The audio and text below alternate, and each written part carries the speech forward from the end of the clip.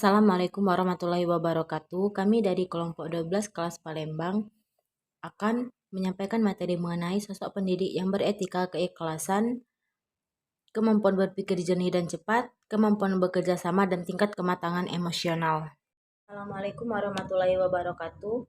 Perkenalkan, saya Septiani Susanti dari kelompok 12 kelas Palembang akan menyampaikan materi mengenai keikhlasan, tidak membutuhkan penilaian orang lain dan pamrih. Nah, di sini ikhlas bermakna bersih dari kotoran dan menjadikan suatu bersih tidak kotor.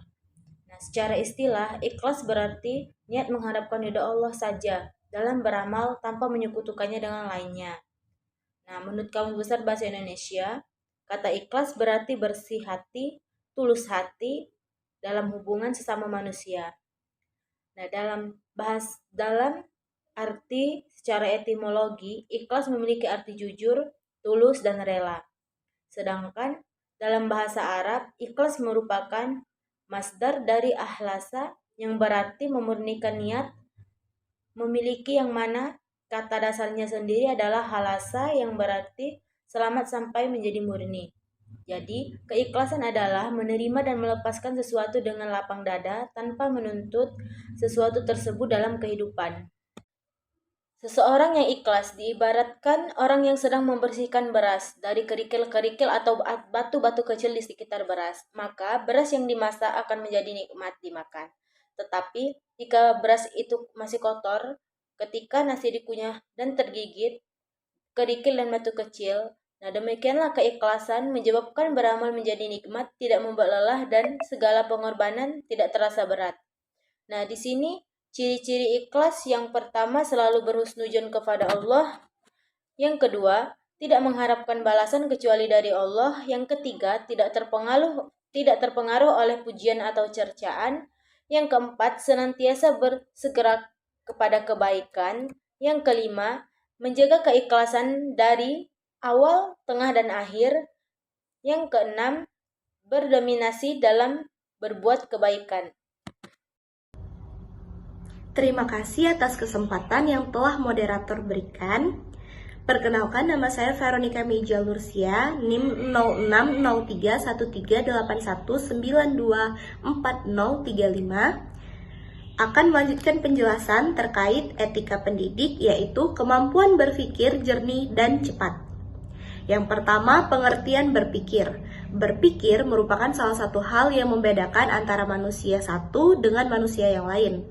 Menurut Irdayanti pada tahun 2018, berpikir merupakan proses menghasilkan representasi mental yang baru melalui transformasi informasi yang melibatkan interaksi secara kompleks, meliputi aktivitas penalaran, imajinasi, dan juga pemecahan masalah. Selanjutnya, ciri-ciri dalam kemampuan berpikir jernih dan cepat. Yang pertama yaitu orang-orang yang memiliki kemampuan berpikir jernih dan cepat mengakui bahwa ada unsur-unsur negatif dalam kehidupan individu. Akan tetapi, ia yakin bahwa semua masalah dapat diselesaikan. Yang kedua, orang yang memiliki kemampuan berpikir jernih dan cepat tidak mau kalah oleh berbagai kesulitan dan rintangan. Yang ketiga, orang yang memiliki kemampuan berpikir jernih dan cepat mempunyai jiwa yang kuat dan konsisten. Yang keempat, orang yang memiliki kemampuan berpikir jernih dan cepat percaya pada kemampuan, keterampilan, dan bakatnya. Ia tidak pernah meremehkan semua itu. Yang kelima, orang yang memiliki kemampuan berpikir jernih dan cepat selalu membicarakan hal-hal yang positif dan selalu menginginkan kehidupan yang positif. Yang keenam, orang yang memiliki kemampuan berpikir jernih dan cepat selalu bertawakal pada Allah. Yang ketujuh, orang yang memiliki kemampuan berpikir jernih dan cepat yakin bahwa semua orang memiliki daya kreatif. Perkenalkan, nama saya Friska Damayanti Parusip. Di sini saya akan menjelaskan materi tentang kemampuan bekerja sama. Yang dimana kemampuan bekerja sama adalah sikap yang dapat diajak dan menyelesaikan suatu atau kegiatan secara bersama dalam suatu kelompok dan saling tolong-menolong satu sama lainnya. Dengan adanya kemampuan bekerja sama, maka anak dapat menyelesaikan tugas yang sudah diberikan oleh pendidik secara bersama. Mengembangkan kemampuan bekerja sama bagi siswa adalah mutlak dilakukan, karena hal ini akan melatih berkembangnya kecerdasan emosional siswa. Menurut Johnson, kerjasama dapat menghilangkan hambatan mental akibat terbatasnya pengalaman dan cara pandangnya yang sempit. Pendapat tersebut sejalan dengan Lee, di mana kerjasama adalah kecakapan atau kesanggupan seseorang untuk bersikap positif dan mendukung suatu kegiatan yang dilakukan bersama oleh anggota organisasi yang memiliki keahlian komplementer yang secara bersama-sama melibatkan diri untuk mencapai tujuan bersama. Berdasarkan pendapat tersebut, bahwa kemampuan bekerja sama merupakan komponen yang penting dalam pembelajaran. Kerjasama dapat membantu menghilangkan hambatan akibat terbatasnya pengalaman dan cara pandang lain. Selain itu, dapat membantu dalam mencapai tujuan bersama dan keuntungan bersama. Indikator dalam kemampuan bekerja sama menurut Hamid, yang pertama itu bekerja sama dalam kelompok. Contohnya merupakan anak dapat membina dan mempertahankan hubungan dengan teman. Kemudian anak mau membantu teman yang mengalami kesulitan, kemudian mau mengerjakan tugas yang telah diberikan. Contoh yang kedua, memberikan pendapat dalam kerja kelompok, di mana memberikan pendapat pada sesaat berdiskusi. Yang kedua, ikut serta dalam merealisasikan hasil karyanya. Sekian, terima kasih. Kemudian akan dilanjutkan oleh rekan saya.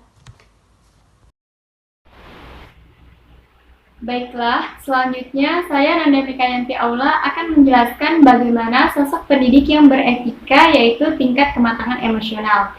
Kita ketahui bahwa tingkat kematangan emosional adalah kemampuan seseorang dalam mengekspresikan emosi secara tepat dan wajar dengan pengendalian diri, memiliki kemandirian, memiliki konsekuensi diri, serta memiliki penerimaan diri yang tinggi. Yang mana adanya pengendalian diri dapat mempertahankan dorongan emosi serta memahami emosi diri untuk diarahkan kepada tindakan-tindakan yang positif. Seorang pendidik yang memiliki tingkat kematangan emosional, baik itu dapat mengontrol emosinya dan mampu untuk mengungkapkan emosinya dengan cara-cara yang lebih dapat diterima. Maka dapat dikatakan apabila pendidik memiliki kematangan emosi dengan baik, maka pendidik tersebut mampu berperilaku sesuai dengan karakteristik kematangan emosi tersebut. Sedangkan pendidik yang tidak memiliki kematangan emosi akan melakukan perilaku tidak sesuai dengan karakteristik dari kematangan emosi itu sendiri. Intinya, pendidik yang memiliki kematangan emosi akan mampu melakukan kontrol dan mengelola emosinya. Kemudian, ada aspek-aspek tingkat kematangan emosional antara lain. Yang pertama, realitas. Berbuat sesuai dengan kondisi, mengetahui dan menafsirkan permasalahan tidak hanya satu sisi. Yang kedua, mengetahui mana yang harus didahulukan, mampu menimbang dengan baik di antara beberapa hal dalam kehidupan. Mengetahui mana yang terpenting di antara yang penting, tidak mendahulukan permasalahan yang kecil dan mengakhiri masalah yang besar. Yang ketiga, mengetahui tujuan jangka panjang, diwujudkan dengan kemampuan mengendalikan keinginan atau kebutuhan demi kepentingan yang lebih penting pada masa yang akan datang. Yang keempat, menerima tanggung jawab dan menunaikan kewajiban dengan teratur, optimis dalam melakukan tugas, dan mampu hidup di bawah aturan tertentu. Yang kelima, menerima kegagalan, bisa menyikapi kegagalan dan dewasa dalam menghadapi segala kemungkinan yang tidak menentu, guna mencapai sebuah kemakmuran serta mencurahkan segala potensi guna mencapai tujuan. Yang keenam, hubungan emosional. Seseorang tidak hanya mempertimbangkan diri sendiri, tapi mulai membiarkan perhatiannya pada orang lain. Pencarian yang serius tentang jati diri serta komunitas sosial. Dan yang terakhir, bertahap dalam memberikan reaksi, mampu mengendalikan saat kondisi kejiwaan memuncak. Untuk materi selanjutnya terkait faktor dan permasalahan pada tingkat kematangan emosional akan dijelaskan oleh rekan saya, Saudari Ferry. Baik, selanjutnya saya Ferry Dusyanti akan mengemukakan mengenai faktor-faktor yang mempengaruhi tingkat kematangan emosional.